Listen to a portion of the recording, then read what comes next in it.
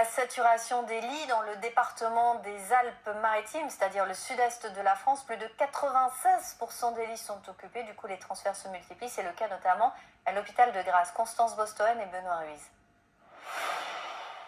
Une unité Covid au bord de la saturation, à un tel point que ces soignants vont jusqu'à souhaiter un 3e confinement. D'un point de vue personnel, j'aimerais pas, mais d'un point de vue professionnel, s'il faut en arriver là, il faut le faire, parce que si ça peut vraiment stopper la remontée du virus et la propagation du virus, il va y avoir un troisième confinement, il faut absolument, quoi. C'est pour nous tous. Hein.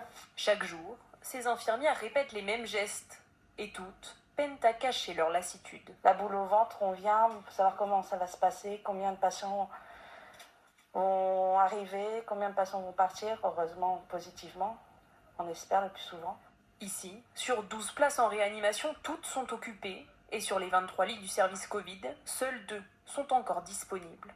Une situation tendue qui pousse l'ensemble du service à se réorganiser continuellement. Dès le matin 9h, on est en train déjà de prévoir nos transferts pour pouvoir déjà dire aux urgences, voilà, je vais avoir tant de places disponibles, on va pouvoir faire monter. On a déjà des appels depuis ce matin. Voilà, c'est vraiment, comme on disait tout à l'heure, ce turnover qui est très difficile actuellement.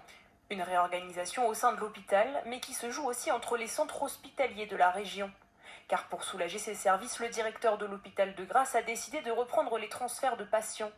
Le premier a eu lieu ce matin en ambulance vers l'hôpital nord de Marseille. On a 70 patients en réanimation, donc une place sur 70, c'est déjà beaucoup. Et puis ensuite, ce sont des patients qui restent très longtemps dans les lits. On a en général une durée de séjour de 21 jours, avec des soins qui sont très lourds et donc très chronophages pour les équipes. Donc évidemment, dans ce contexte-là, un transfert, même si ça paraît peu, c'est une bouffée d'oxygène vraiment pour tout le monde.